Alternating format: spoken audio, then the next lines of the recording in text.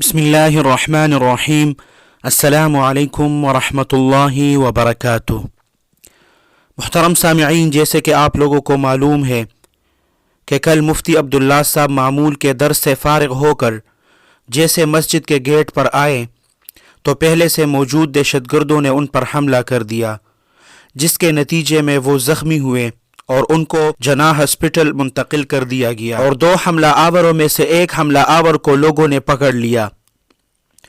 محترم سامعین، اب کچھ لوگ جو ہے یہ خبر پھیلا رہے ہیں کہ مفتی عبداللہ صاحب شہید ہو گئے ہیں۔ یہ ایک غلط خبر ہے۔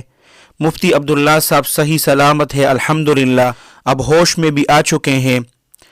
ان کی ویڈیو آپ لوگوں کے ساتھ شیئر کرتے ہیں۔